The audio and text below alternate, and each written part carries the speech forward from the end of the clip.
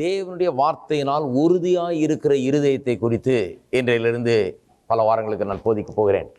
தேவனுடைய வார்த்தையிலே உறுதியாய் இருக்கிற இருதயம். 8ஆம் வசனத்தை வாசித்தீர்கள் என்றால், அல்லது 7, 8 2 வசனங்களை வாசித்து பார்த்தீர்களா, சொல்லப்பட்டிருக்கிறது, துர்செய்தியை கேட்கிறதுனால் பயப்படான், அவன் இருதயம் கர்த்தரை நம்பி திடனாய் இருக்கும், அவன் இருதயம் உறுதியாய் இருக்கும், அவன் தன் சத்துருக்களின் சரி கட்டுதலை காணும் மட்டும் பயப்படாது இருப்பான். வாழ்க்கையில் இந்த ப்ரொஃபைல் ரொம்ப முக்கியம். நம்மை பற்றிய ப்ரொஃபைல் ரொம்ப முக்கியம். விமானத்தில் பார்த்தீங்கன்னா அது ரொம்ப முக்கியம். ஏன்னு சொன்னால் அநேக நேரத்தில் விசிபிலிட்டி குறைவாக இருக்கும். பார்க்கிறது ஒன்றுமே தெரியாது, வெறும் மேகம் தான் தெரியும், கடைசி சில அடிகள் தான் தெரியும். தெரியாத பட்சத்தில் எதை நம்பி போகிறது? கடைசி 100 அடியில் தரையை பார்த்தா அவ்வளோதான், அதுக்குள்ளே நினைக்கிறதுக்குள்ள கீழே தரையில் இருப்போம். ஆகவே அதுக்கு தான் அந்த இன்ஸ்ட்ருமெண்ட்ஸ் எல்லாம் கொடுக்கப்பட்டிருக்கிறது, அதுக்கு தான் டெக்னாலஜி உபயோகப்படுத்தப்படுகிறது. மேகத்தை பற்றி கவலைப்பட வேண்டியதில்லை, மூடிட்டு இருக்கு தெரியலன்றதை பற்றி கவலைப்பட வேண்டியதில்லை. படம் உங்களுக்கு விஞ்ஞான ரீதியில் அவங்க கொடுத்துட்டாங்க, பெர்ஃபெக்ட் லேண்டிங்க்கு உரிய பிக்சரை கொடுத்துட்டாங்க. அந்த பிக்சரோட உங்க பிளேனை கொண்டு வந்து அலைன் பண்ண கரெக்டா லேண்ட் ஆகுறீங்க. ஆவிக்குரிய வாழ்க்கையிலையும் இந்த ப்ரொஃபைல், நான் என்னவா இருக்கிறேன் என்பதை குறித்த ஒரு பூரணமான ஒரு காட்சி, இது ரொம்ப முக்கியம். ஏன் என்று சொன்னால் அநேக வெறும் பிரச்சனையை தான் பார்க்கிறோம், மேகமூட்டத்தை தான் பார்க்கிறோம். நான் இப்படி இருக்க முடியும் என்கிறத என்னால் யோசித்து பார்க்க முடியாம இருக்கிறது, கண்ணால் அதை காண முடியாம இருக்கிறது. அந்த நேரத்தில் நம் கண்களுக்கு சரியா நம்முடைய பதில் தெரியாது இருக்கிற நேரத்தில் இந்த ப்ரொஃபைல், வேத வசனம் என்னை குறித்து என்ன சொல்லுகிறது, என்னை எப்படிப்பட்டவனாக அது படம் வரைந்து காண்பிக்கிறது, அதை நான் காண்பது ரொம்ப முக்கியம். அப்ப இது எப்படி வேலை செய்யுதுன்னு கொஞ்சம் பாருங்க. இருதயம் உறுதியா இருக்க வேண்டும். உறுதியா இருக்கிற இருதயம், அதான் பேசுறப்போ எல்லாரும் சொல்லுங்க, உறுதியா இருக்கிற இருதயம். இருதயத்தை உறுதிப்படுத்துகிறது எப்படி? திருப்போம் ஏசாயா 26ஆம் அதிகாரம். அப்படியே கற்றுக்கொள்ள போகிறோம் இருதயத்தை எப்படி உறுதிப்படுத்துவது. இது சும்மா ஒரு உற்சாக டாக் இல்லை. இருதயத்தை, உங்களுடைய இருதயத்தை, சிறியவர்களும் பெரியவர்களும் யாராக இருந்தாலும் சரி, உங்களுடைய இருதயத்தை இன்றைக்கு ஆரம்பித்து தேவனுடைய வார்த்தையை கொண்டு போய் உங்களுடைய இருதயத்தில் வைத்து எப்படி நாளுக்கு நாள் உறுதியான, பயப்படாத, அசைக்கப்படாத இருதயமாக, உங்களுக்கு எதிராக இருக்கிற எல்லா பிரச்சனைகளையும் மேற்கொண்டு ஜெயிக்கிற அப்படிப்பட்ட ஒரு இருதயமாக மாற்றுவது எப்படி, அதான் பேசிட்டு இருக்கிறோம். ஜெயிக்கிற இருதயமாய் மாற்றுவது எப்படி, செழிக்கிற இருதயமாய் மாற்றுவது எப்படி, ஒரு ஆடு மேய்க்கிறவன்லேருந்து ராஜாவாகிற இருதயம் எப்படி, வெற்றிகரமாக வாழ்வதற்குரிய இருதயம் எப்படிப்பட்ட இருதயம், அதை எப்படி அடைவது, இருதயத்தை எப்படி அப்படி ஆக்குவது, அதை பற்றி தான் பார்க்கிறோம். 26ஆம் அதிகாரம் ஏசாயா 1ஆம் வசனத்திலிருந்து, அக்காலத்திலே யூதா தேசத்திலே பாடப்படும் பாட்டாவது, பலனான நகரம் நமக்கு உண்டு, ரட்சிப்பையே அதற்கு மதிலும் மரணமாக ஏற்படுத்துவார், சத்தியத்தை கை கொண்டு வருகிற நீதியுள்ள ஜாதி உள்ளே பிரவேசிப்பதற்காக வாசலை திறவுங்கள், உம்மை உறுதியாய் பற்றி கொண்ட மனதை உடையவன், எல்லாம் சொல்லுங்க, உறுதியாய் பற்றி கொண்ட மனதை உடையவன். எதை உறுதியா பற்றி கொண்டவன்? தன்னுடைய பலவீனத்தை அல்ல, நான் ஒன்றும் இல்லை, நான் ஏமாத்துறேன்றதை உறுதியா பற்றி கொண்டிருக்கிறாங்க நிறைய பேர். எல்லாருடைய இருதயமும் இன்றைக்கு எஸ்டாப்ளிஷ்டு தான் இருக்குது, ஃபிக்ஸ்டா தான் இருக்குது. ஹலோ, உங்களுடைய இருதயம் கூட இன்றைக்கு ஏதோ ஒன்றில் ஃபிக்ஸ்டா தான் இருக்குது. அநேகருடைய இருதயம் தங்களுடைய தோல்வியில ஃபிக்ஸ்டா இருக்குது, தாங்கள் ஒன்றுமில்லை என்றதுல ஃபிக்ஸ்டா இருக்குது, தாங்கள் பலவீனர் என்கிறதுல உறுதியா இருக்குது, என்னால முடியாதுங்கிறதுல உறுதியா இருக்குது, நான் அந்த அளவுக்குலாம் வர முடியாதுங்கிறதுல உறுதியா இருக்கிறது. நல்லா கவனிங்க, எல்லாருடைய இருதயம் இன்றைக்கு ஏதோ ஒன்றில் உறுதியா இருக்குது. நான் என்ன பிரசங்கித்துக்கிட்டு இருக்கிறேன், கர்த்தருடைய வார்த்தையில உறுதியா இருக்க வேண்டும். இதை மாத்திரம் கொஞ்சம் பாருங்க. பயத்துல உறுதியா இருக்குது நிறைய பேருடைய இருதயம், கலக்கத்துல உறுதியா இருக்கிறது.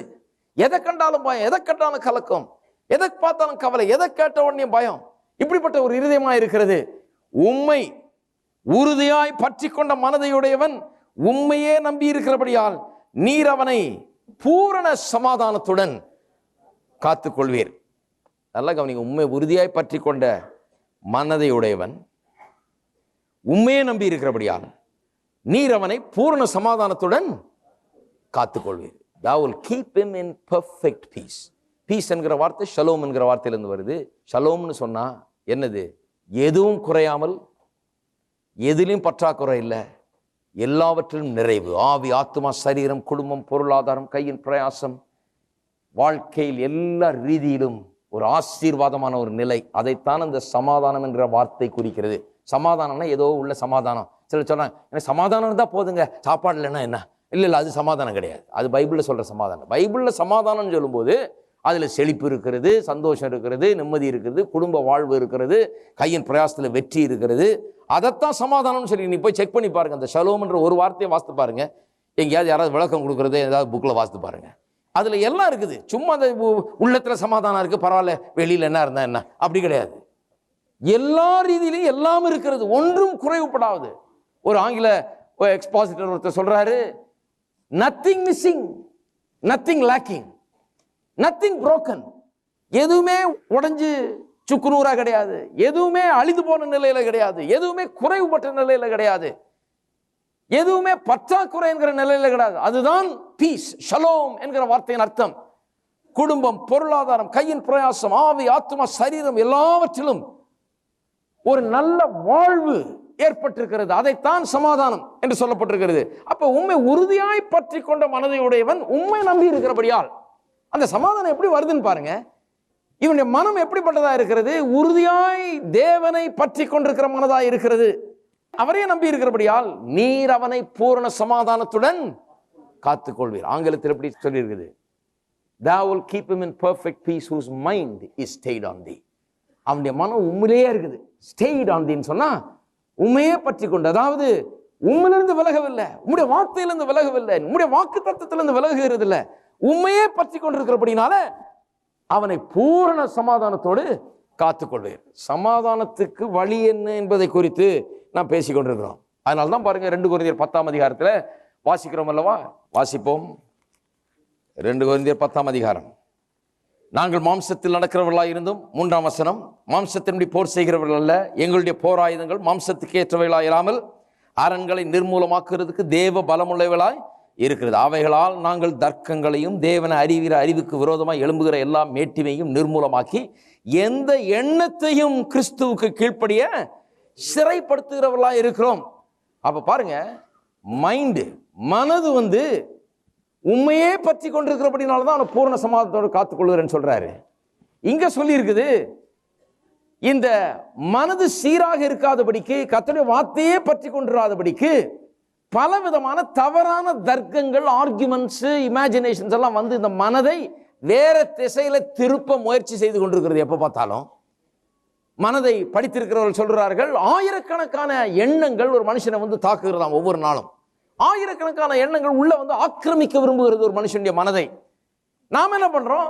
இதெல்லாம் ஃப்ளட் மாதிரி வந்துட்டு பெரிய வெள்ளம் மாதிரி உள்ள ஆக்கிபை பண்ணுதுன்றது தெரியாம நம்ம அப்படியே அனுபவிச்சுட்டு இருக்கோம். எல்லா எண்ணத்தையும் ஏற்றுக்கொண்டிருக்கிறோம். ஆனா வேதம் சொல்லுது, இந்த எண்ணங்களை எல்லாம் நாம் அலசி ஆராய்ந்து இது எப்படிப்பட்ட எண்ணம், தேவனுடைய வார்த்தைக்கு ஏற்ற எண்ணமா, எல்லாம் மேட்டிமையை நிர்மூலமாக்க வேணும். இந்த எண்ணங்கள் தேவனுடைய வார்த்தைக்கு விரோதமாக சொன்னா அதுக்கு மேட்டுமை உண்டாயிருக்குது. எண்ணம் மேட்டுமையான எண்ணம். ஏனென்றால் தேவனுடைய வார்த்தை ஒன்று சொல்லுது, அந்த எண்ணம் சொல்லுது இந்த வார்த்தை தப்புன்னு சொல்லுது.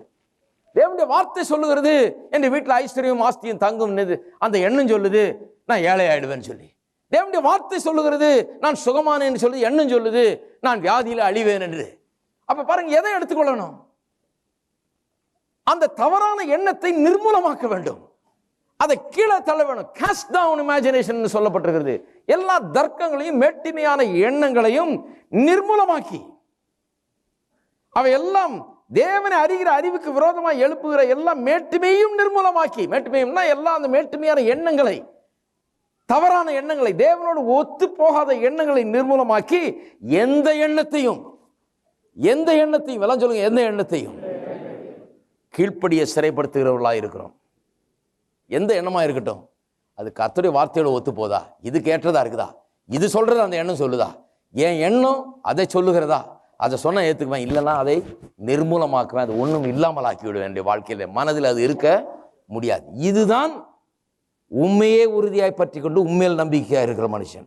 அவனை நீர் அப்படிப்பட்டவனை இந்த எண்ணங்களை சீர்படுத்தி, வேண்டாத எண்ணங்களை, மேட்டுமையான எண்ணங்களை, தேவனுக்கு விரோதமான எண்ணங்களை நிர்மூலமாக்கி அவைகளெல்லாம் கீழே தள்ளி எல்லாவற்றையும் கீழ்ப்படுத்தி சிறைப்படுத்துகிறவனாய் இருக்கிறவன், அந்த மனுஷனுக்கு தான் என்ன பூரண சமாதானத்தோடு அவனை காத்து கொள்வீர் என்று சொல்லப்பட்டிருக்கிறது. அதனால தான் வேதவசனம் சொல்லுது பாருங்க, பிலிப்பியர் 4:6 வாசிக்கிறோம், நீங்கள் ஒன்றை குறித்தும் கவலைப்படாமல். ஏன்னா கவலை ஒரு எண்ணம் பாருங்க, ஒன்றை குறித்து கவலைப்படாமல், கவலையின் எண்ணத்தை வச்சுக்கிட்டு வெற்றி வாழ்க்கை வாழவே முடியாது. நீங்கள் ஒன்றை குறித்து கவலைப்படாதீர்கள் என்று சொல்லப்பட்டிருக்கிறது.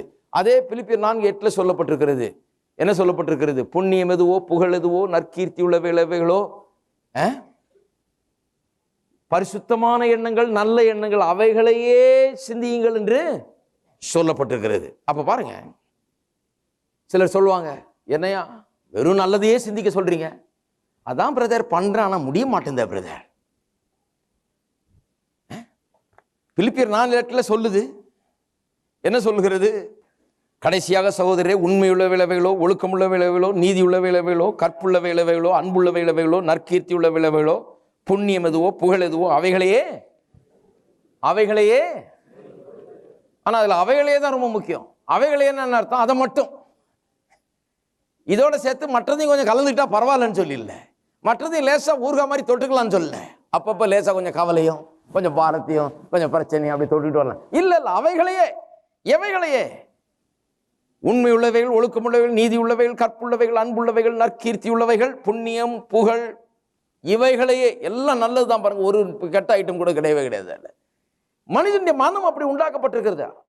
அப்ப எப்படி இருதயம் உறுதி உள்ளவர்களாக இருக்க முடியும்னு பேசும்போது தான் வேதவசனம் சொல்லுது, மனம்தான் இருதயத்துக்கு ரூட்டா இருக்குது. இருதயம் எப்படி இருக்க போகிறது என்பதை எது நிர்ணயிக்கிறது? என்னுடைய எண்ணங்கள் எப்படிப்பட்டவைகளோ அப்படிதான் என்னுடைய இருதயம் இருக்க போகிறது. அதனால்தான் எண்ணத்தின் லெவல்ல எல்லாத்தையும் சரிப்படுத்தணும். ஏன்னா இருதயத்துக்குள்ள போன பிறகு ஒன்றும் பண்ணவே முடியாது. இருக்கீங்களா? இந்த லெவல்ல எல்லாத்தையும் சரிப்படுத்திடணும். அங்க இருதயத்துக்குள்ள போன பிறகு ஒன்னத்தையும் சரிப்படுத்த முடியாது. ஏன்னா இருதயத்துக்குள்ள போன உடனே அது உங்களுடையதாயிடும்.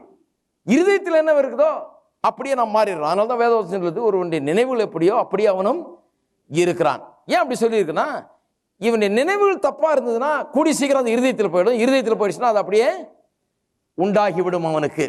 அப்ப சரி பண்ணணும்னா எங்க சரி பண்ணணும்? எந்த லெவல்ல சரிப்படுத்தலாம்? இந்த மனதில் அது உண்டாகும் போதே அதை சீர்படுத்த வேண்டும், சரிப்படுத்த வேண்டும். அப்ப நிறைய பேர் என்ன சொல்றாங்க, அதாங்க நான் ட்ரை பண்ற முடிய மாட்டேதுங்க. நீங்க சொல்றீங்க வெறும் நல்லதையே சிந்திங்க சொல்ற விளங்குது எனக்கு, ஆனால் அதுதானே பாஸ்டர் கஷ்டமா இருக்குது, சரி பண்ண முடியலையே. நான் சிந்திக்க பார்க்கிறேன், கெட்ட எண்ணம் தான் வருது, எனக்கு பிற்போக்கான எண்ணங்கள் தான் வருது, தோல்வியின் எண்ணங்கள் தான் வருது, எப்படியாவது அது நுழைஞ்சிருது பாஸ்டர், முடியல அப்படிங்கிறாங்க. சரி, ஒரு சின்ன உதாரணம் சொல்றேன், எப்படி முடியும்னு காமிக்கிறதுக்கு, நிரூபிச்சு காண்பிக்கிறேன் முடியும்னு சொல்லி. இப்போ நீங்க இருக்கிறீங்க, உங்கள்கிட்ட சொல்றேன், சைலண்டா சத்தம் போடாம வாயை திறக்காம மனதுக்குள்ளேயே 1லிருந்து 10 வரைக்கும் எண்ணுங்கன்னு சொல்றேன். எண்ணிக்கிட்டே இருக்கிறீங்க. எண்ண ஆரம்பிச்ச உடனே நான் நடுவில் சொல்றேன், உங்க பேர் என்னன்னு கேட்குறேன். பேர் என்னன்னு கேட்ட உடனே சொல்றீங்க, பேரை என்கிட்ட சொல்றீங்க. எண்ணுனது என்னாச்சு? இதுல 2 காரியம். ஒன்று, மனதில் இருக்கிற எண்ணத்தை காட்டிலும் வாயில் இருக்கிற வார்த்தை மோர் பவர்ஃபுல். அதனால தான் மனதிலே நீங்கள் எண்ணிக்கொண்டிருந்தாலும் இந்த வாயிலிருந்து இந்த வார்த்தையை சொன்ன மாத்திரத்தில் இந்த எண்ணம் எங்கேயோ போயிடுச்சு. இதுதான் மனது உள்ள நுழைஞ்சிருச்சு. அதை முதல்ல புரிஞ்சுங்க. வார்த்தைக்கு மனதில் இருக்கிற எண்ணத்தை காட்டிலும் வலிமை உண்டு. அதனால தான் வார்த்தையை பற்றி ரொம்ப அதிகமாக பேசுறது. நான் வாயை திறந்து என் பேர் இதுன்னு சொன்ன மாத்திரத்தில் இது கவுண்டை விட்டுட்டீங்க. ஏன்னா இந்த வாயிலிருந்து ப்ரொசீட் பண்றதுக்கு இந்த மனதில் இருக்கிறதை காட்டிலும் வலிமை உண்டு, இல்லையா? அது முதலாவது ஒரு காரியம், அது ரொம்ப நிச்சயமான காரியம். 2வது, நான் பேர் என்னன்னு கேட்ட உடனே நீங்க கவுண்டிங்கை நிறுத்திட்டு பேரை சொல்றதுக்கு ஒரு தீர்மானம் எடுக்க வேண்டியதா இருக்குது. சரி, பேர் என்னன்னு கேட்குற, பேரை சொல்லுவோம். அப்போ மனதை கண்ட்ரோல் கொண்டுட்டீங்களே, மைண்ட்ல கவுண்ட் பண்ணிட்டு இருந்தீங்க, மனதில் எண்ணிக்கிட்டு இருந்தீங்க. எண்ணிட்டு இருந்ததை விட போகிறேன், விட்டு இவருடைய கேள்விக்கு நான் பதில் சொல்ல போறேன்னு ஒரு தீர்மானத்தை எடுத்தீங்க. அப்ப என்ன பண்ணிட்டீங்க? நீங்க ஒரு தீர்மானத்தை எடுக்கிறது மூலமா உங்களுடைய மனதை நீங்கள் என்ன பண்ணிட்டீங்க? கட்டுப்படுத்தி விட்டீர்கள். இந்த தீர்மானத்தை எடுக்கிறதுக்கு நான் இங்க இருந்து உதவி செய்யறேன். என்ன உதவி செய்யறேன்? நீங்க கவுண்ட் பண்ணிட்டே இருக்கிறீங்க. நான் சொல்றேன், உங்க பேர் என்ன அப்படின்னு கேட்கும்போது அந்த தீர்மானத்தை எடுக்க வேண்டிய ஒரு நிலை வந்துடுது. அதனால தீர்மானத்தை எடுக்கிறீங்க. ஒவ்வொரு நாளும் உங்களுடைய வீட்டிலே, உங்களுடைய தனிப்பட்ட வாழ்க்கையிலே நீங்கள் தனிமையில் இருக்கும்போது எண்ணங்கள் உங்களுடைய மனதை ஆட்கொள்ளுகிறது. நீங்கள் ஒரு தீர்மானத்தை எடுக்க வேணும். எப்பேற்பட்ட எண்ணங்களை உள்ள வைப்பது, எப்பேற்பட்ட எண்ணங்களை வெளியாக்குவது, எப்பேற்பட்ட எண்ணங்களை கீழ்ப்படுத்துவது, சிறைப்படுத்துவது, எப்பேற்பட்ட எண்ணங்களை நிர்மூலமாக்குவது, எப்பேற்பட்ட எண்ணங்களை உள்ளத்தில் வைத்துக் கொள்வது என்கிறது குறித்த தீர்மானத்தை எடுக்க வேண்டியது அவசியமாயிருக்கிறது, இல்லையா? அப்ப பாருங்க, எண்ணத்தை காட்டிலும் எது வல்லமை உள்ளதா இருக்குது? வார்த்தை வல்லமை உள்ளதா இருக்குது. எதை மனதில் வைத்திருந்தாலும் ஒரு தீர்மானம் எடுத்தீங்கன்னா அந்த மனதை மேற்கொள்ள முடியும். இதை விட்டுட்டு நான் இன்னொன்று செய்யறேன்னு தீர்மானத்தை பண்ண முடிகிறது. அப்ப எண்ணத்தை நான் மேற்கொள்ள ஒரு தீர்மானத்தை எடுத்தேன்னா அதை நிச்சயமா செய்ய முடியும். திருப்பவும் ஏசாயா 59ஆம் அதிகாரம், 59ஆம் அதிகாரம், ஏசாயா 8ஆம் வசனம். சமாதான வழியை அறியார்கள், அவர்கள் நடைகளில் நியாயமில்லை, தங்கள் பாதைகளை தாங்களே கோணலாக்கி கொண்டார்கள், அவைகள் நடக்கிற ஒருவனும் சமாதானத்தை அறியான். இங்கேயும் சமாதானத்தை பற்றி தான் பேசுது. ஆனால் ஒரு காரியம், சமாதானத்தை பற்றி சமாதான வழியை என்று சொல்லப்பட்டிருக்கு. எல்லாம் சொல்ல சமாதான வழியை.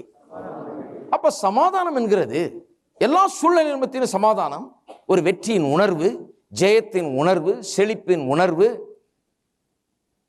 ஜெயிக்கிற ஒரு உணர்வு. அதான் சமாதானம் இல்லையா? சமாதானம்னா எல்லாம் அதில் அடங்கி இருக்கிறது, எல்லா நன்மையும் அதில் அடங்கி இருக்கிறது. அப்ப சமாதானம், அப்படிப்பட்ட சமாதானம் என்பது ஏதோ ஒருத்தனுக்கு அவன் ஏதோ அதிர்ஷ்டவசமாக அவனுக்கு வந்து சேர்றது இல்லை, ஆட்டோமேட்டிக்கா வந்து சேர்றது இல்லை. ஏதோ அவன் ரொம்ப சமாதானமா இருக்காருங்க, அவர் பரவாயில்ல, அப்படி கிடையாது. சமாதானத்திற்கு ஒரு வழி இருக்கிறது. சமாதானத்தை, அந்த விதமான சமாதானத்தை ஒருவன் அடைய ஒரு வழியை அவன் மேற்கொள்ளுகிறான்.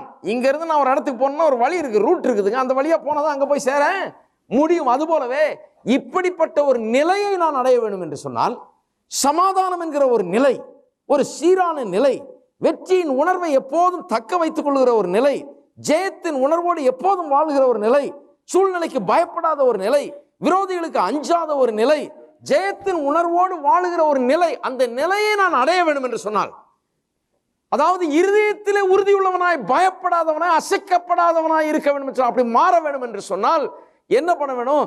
சமாதானத்துக்கான வழியை நான் தெரிந்து கொள்ள வேண்டும்.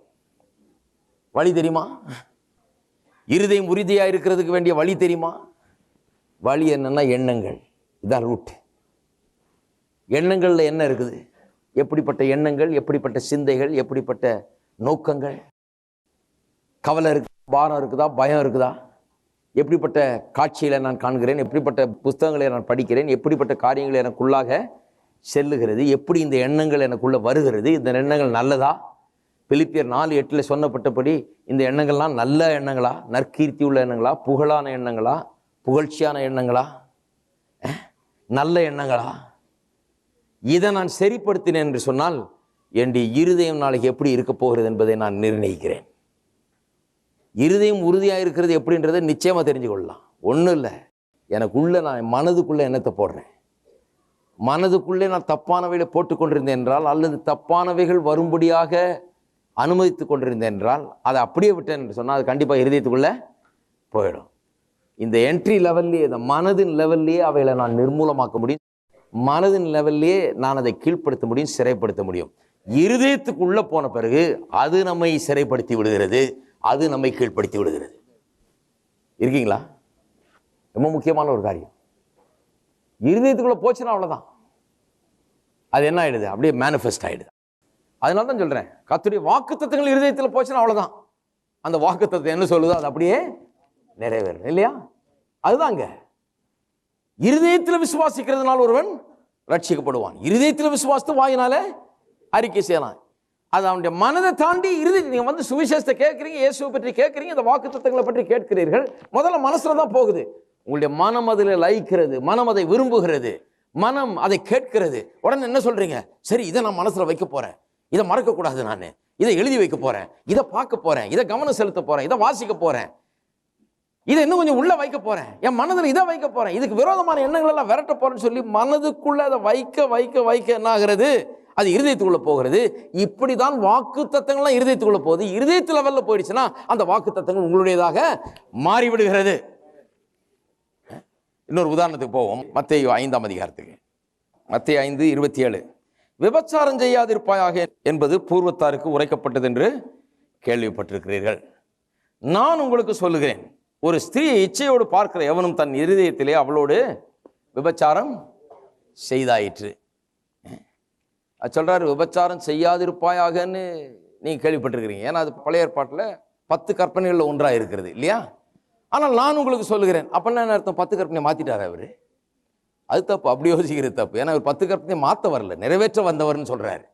அதை ஒழிக்க வந்தவர்கள், அதை நிறைவேற்ற வந்தவர். அதனால அதை மாத்தல. அப்ப நீங்க அப்படி கேள்விப்பட்டிருக்கிறீர்கள், ஆனால் நான் இப்போ சொல்றேன் அப்படின்னு ஏன் சொல்றாரு? ஒன்றும் இல்லை, அதுக்குரிய விளக்கத்தை சொல்றாரு. பழைய ஏற்பாட்டில் எப்படி சொல்லியிருக்குது, விபச்சாரம் செய்யாதிருப்பாயாக. அப்ப அவங்க என்ன நினைச்சாங்க, செய்யலைன்னா நான் செய்யல, அவ்வளவுதான். ஆனா பாத்தீங்கன்னா பரவலா அது நடந்துகிட்டு இருந்தது. விபச்சாரம் செய்யாதிருப்பாங்க 10 கற்பனை சொல்லுது, ஆனா தேசம் முழுக்க இந்த மாதிரி விவகாரம் நடந்துட்டு இருக்குது. அவங்க சொல்றாங்க கற்பனை கை கொள்ளதான் பாக்குறாங்க, இருந்தா கூட முடிய மாட்டேங்குங்க. எப்படி?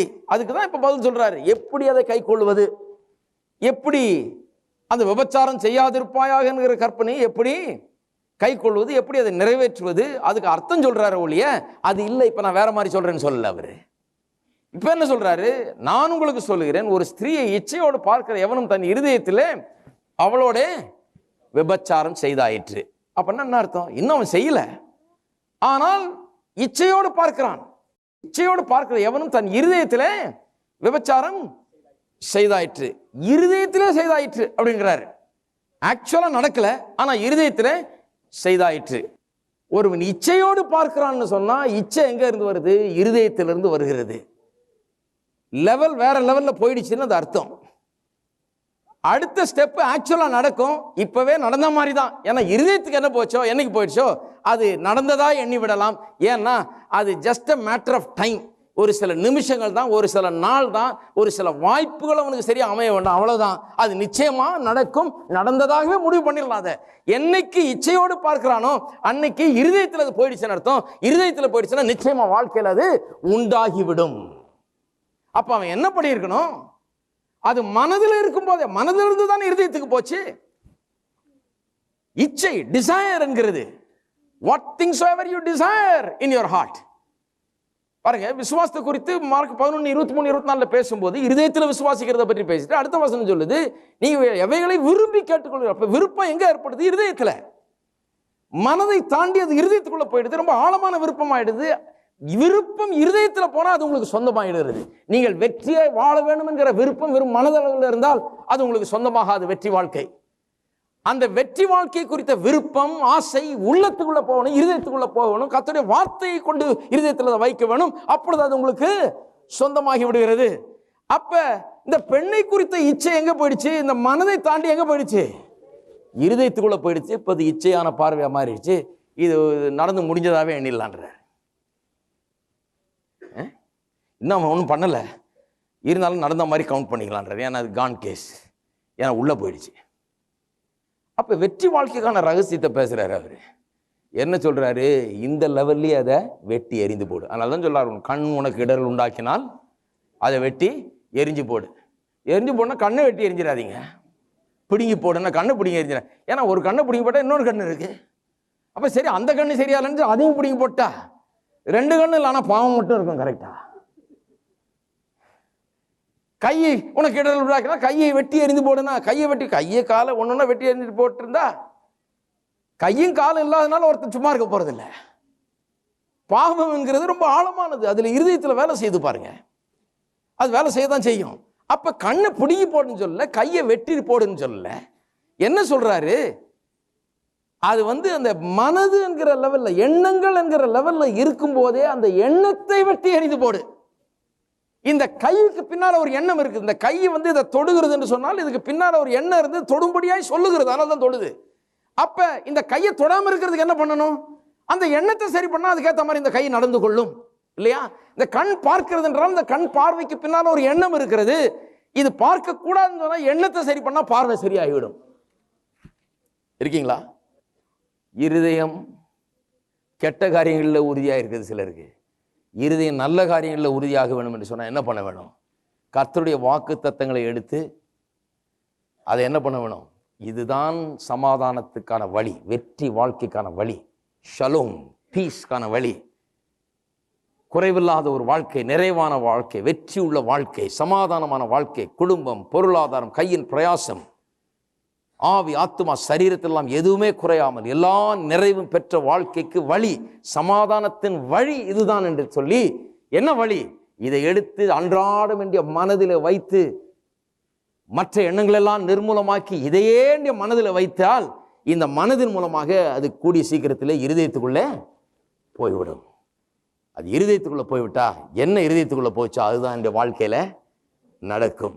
ஆஸ்தியும் ஐஸ்வர்யம் என் வீட்டில் தங்கும் என்கிறது இருதயத்துக்குள்ள போக வேண்டும்.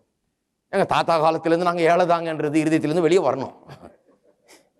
அதனால தான் கர்த்தர் சொன்னாரு ரட்சிப்பை பற்றி சொல்லும்போது, உன்னுடைய இருதயத்தை எடுத்துட்டு வேற இருதயம் தர மாட்டார், இதை ரிப்பேர் பண்ணுறதுக்கு வழி இல்லை போ அப்படின்ட்டு.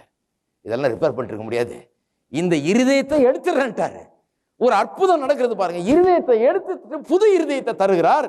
அந்த புது இருதயத்துல இனிமேல் கர்த்தருடைய வார்த்தையை தவிர வேற எந்த காரியமும் அனுமதிக்காமல் இருப்பது ஒவ்வொரு விசுவாசியுடைய பொறுப்பாயிருக்கிறது. இந்த படத்தை முன்னால் வைக்கணும். பிளேனை ஓட்டுகிறவன் எப்படி அவன் கொடுக்கப்பட்ட லேண்டிங் படத்தோட தன்னுடைய பிளேனை அலைன் பண்றான், அது போல இந்த படத்தோட 112ஆம் சங்கீதத்தின் படத்தோட உங்களுடைய மனதை நீங்கள் அலைன் பண்ண வேண்டும். உங்களுடைய இருதயத்தை அதன்படி அலைன் பண்ண வேண்டும். அலைன் பண்ணும்போது அது அப்படியே உங்களுக்கு ஆகும்.